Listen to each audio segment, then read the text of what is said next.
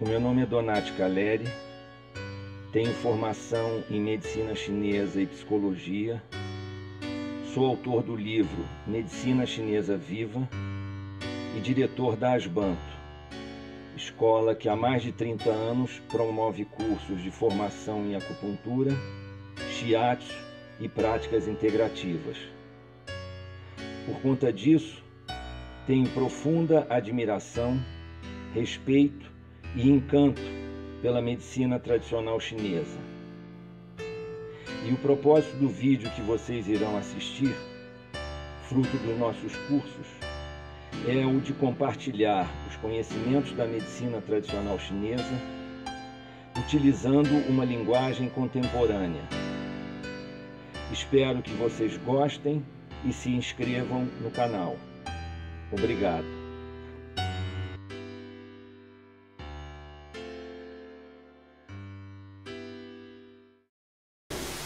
A ideia de singularidade, ou seja, a realidade fisiológica da Josi é única exclusivamente dela. A enxaqueca que ela tem, que a gente chama de enxaqueca, é única exclusivamente dela. As características, se ela começar a explicar as características da enxaqueca dela, seguramente serão distintas das características da enxaqueca do Eduardo, que serão distintas da característica da enxaqueca em intensidade, em forma como se apresenta, em forma como chega, quais são o sujeito come chocolate, a enxaqueca vem, a outra, o processo menstrual chega, a enxaqueca vem, o outro se irrita, a enxaqueca, e vai por aí afora. E vai por aí afora. E isso significa o que? Significa que o tratamento que eu vou fazer para a Josi não é o tratamento que eu vou fazer para a enxaqueca, é o tratamento que eu vou fazer para a Josi, que é diferente do tratamento que eu vou fazer para o Eduardo. Então, essa ideia de singularidade pressupõe que você não trabalhe só com a doença, não é a valorização da doença, no sentido de que é a doença que me dá o caminho, não, é o doente que me dá o caminho, é o relato dele, é a singularidade dele, é o que ele sente, com a intensidade que ele sente, com o que propicia aquilo ali surgir, aquelas coisas todas. Então, isso faz parte dessa ideia de singularidade. A ideia de vitalismo, a ideia de saber que esse corpo tem uma força, tem uma potência, e que você vai na acupuntura e nesses outros recursos que a gente vai estar aprendendo, você vai estar produzindo uma aliança com esse vitalismo, você vai estar estimulando esse vitalismo, que o chinês chama de energia de defesa, para que esse vitalismo cresça, circule e dê conta daquilo que esse corpo está precisando que ele dê conta. É claro que esse vitalismo também precisa ser nutrido muitas vezes através de um tipo de alimentação, através de um tipo de nutrição aqui, através da respiração que você faz, ou seja, você tem como ajudar esse vitalismo a crescer, né? Porque se ele está debilitado, ele está debilitado porque você está facilitando isso, está produzindo essa debilidade, não está entendendo o seu corpo, não está contribuindo com o seu corpo. Quando você bota a agulha em alguém, quando você faz shiatsu em alguém, num certo sentido você está produzindo um estímulo para que esse vitalismo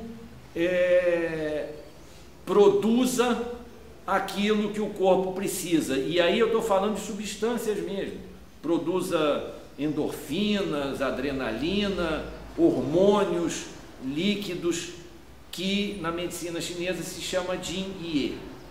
Então, e esse entendimento claro, o mais claro possível, o mais abrangente possível da ideia do yin e do yang, do mais yin e do mais yang.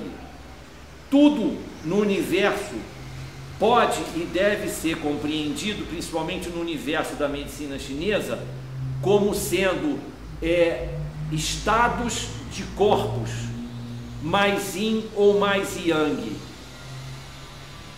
Essa ideia de mais yin, de mais yang, adjetivando os estados dos corpos, mas nunca essa ideia do mais yin e do mais yang como duas energias. Não são duas energias. Você tem estados de corpos que estão mais rápidos e outros mais lentos, estados de corpos mais materializados, outros menos materializados. Daí uns são mais yin, daí outros são mais yang. Não tem o yin absoluto, não tem o yang absoluto. Sempre no excesso de movimento você tem alguma coisa de repouso. Sempre no excesso de repouso você tem alguma coisa de movimento, de transformação. O que a gente precisa entender é sim, na natureza daquele corpo, os sintomas que estão sendo apresentados são sintomas de excesso de movimento ou de excesso de repouso, de deficiência de movimento ou de deficiência de repouso. E que aí, já que a gente já entendeu isso, a gente pode chamar de deficiência de yin ou de deficiência de yang, de excesso de yin ou de excesso de yang. Mas antes da gente ficar usando os termos yin e yang, é importante que vocês entendam o que o gênio chinês quis quando ele utilizou esses termos. Esses termos, eles são mero adjetivos, adjetivos de expressão dos corpos, de estados momentâneos dos corpos, porque estão sempre em transformação. Então, eu diria que isso aí é o pano de fundo da medicina chinesa, é a filosofia prática da medicina chinesa, que a gente vai caminhar com isso o tempo todo. É como se a gente tivesse assim, montei num cavalo e coloquei tudo isso aí comigo e vou andar com isso o tempo todo.